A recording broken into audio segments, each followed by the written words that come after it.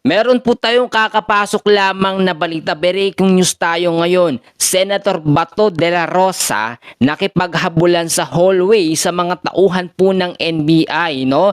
Papasok ito dito sa Senado. At makikita nyo, talagang nadapa pa at napuwersa pa itong si Bato de la Rosa. Alam natin na matagal talaga itong nagtago at nawala.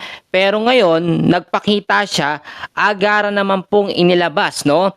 Ni Trillanes, eto nga pong kanyang warrant of arrest, no, para makulong, no. Yari na naman tayo dito. Bato de la Rosa, dapat nagtago ka na lang, hindi yung nagpakita ka pa.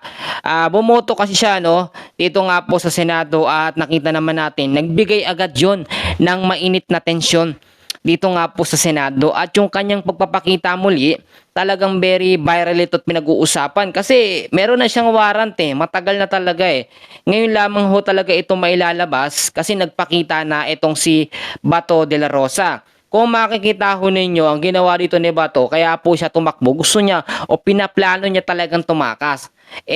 Gagawin niya na yan, mas lalo pang magpapalala sa kanyang kaso o sa sitwasyon niya. Alam nyo, kahit maraming abogado etong si Bato de la Rosa, hindi talaga sasapat yung kanyang pagbibigay ng kaalaman sa kanyang mga attorney, no? Kahit marami siyang pera, walang piyansa kapag ka naaresto na po siya. Mapapasama siya kay Digong o kay dating Pangulong Rodrigo Duterte. Alam naman natin, no, sa war on drugs. Kaya napakahirap ng sitwasyon ngayon itong si Bato de la Rosa. At para sa akin, dapat hindi na siya tumakbo.